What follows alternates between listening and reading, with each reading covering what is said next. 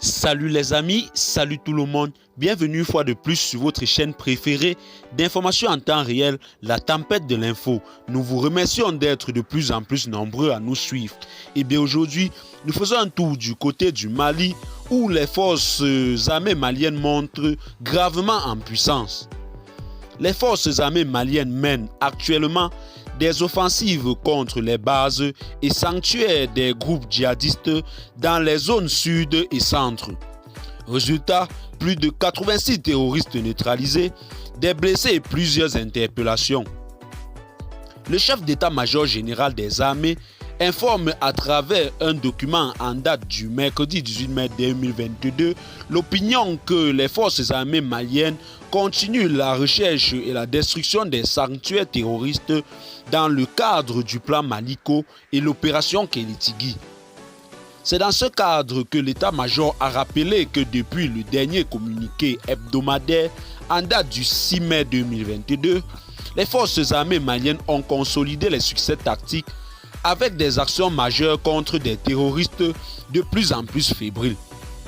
Il précise qu'en zone sud, notamment dans les régions de Koutiala, Bougouni et Sikasso, les priorités opérationnelles ont porté sur la précision des renseignements et les recherches des terroristes responsables des attaques contre les symboles de l'État.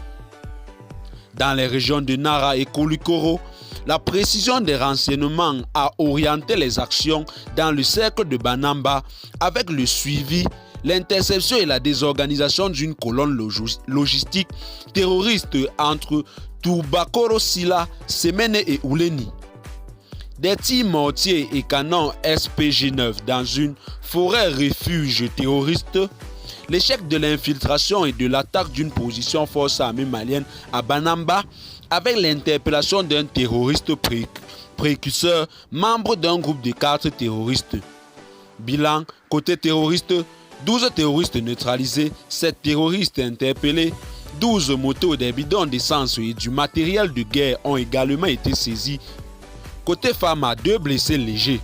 Sur le théâtre est de l'opération Maliko, les opérations de routine de sécurisation des personnes et leurs biens, de même que la protection des forces, se sont poursuivies avec une attention particulière sur la région de Menaka et la zone de Gossi dans laquelle les localités des forces armées maliennes ont réagi vigoureusement à des tirs de terroristes armés de mitrailleuses PKM et AK-47 selon le chef d'état-major général des armées. Eh bien, chers téléspectateurs, c'est tout pour cette note d'information.